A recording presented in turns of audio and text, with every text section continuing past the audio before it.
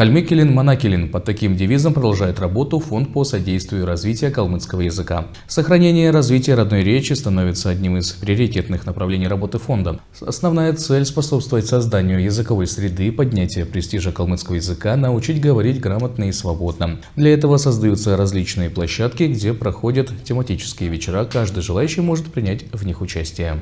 Мы собираем, чтобы калмыцкий язык возрождать, во-первых, самое главное, потому что молодежь, она всего там 2-3 слова знает и все. Поэтому мне вот очень интересно, чтобы молодежь потихоньку, даже не то, что молодежь, 30, 40, 50 лет уже свой язык забывает уже. Поэтому надо разговаривать, популяризировать свой язык. В основном везде в чатах, везде только вот разговаривать, теории, а практики нет. Практика нужна вот так, в непринужденной обстановке.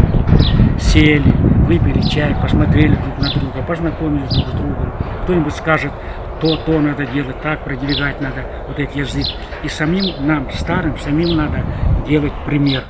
По словам представителей молодого поколения, изучение языка в таком формате применения базовых знаний в практике дает хороший старт и стимул. Ребята понимают, что без языка нет этноса, а значит нет будущего.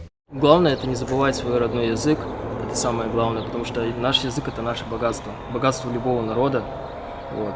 И если говорить на нем, то это уже все, он сохранится, никогда не потеряется.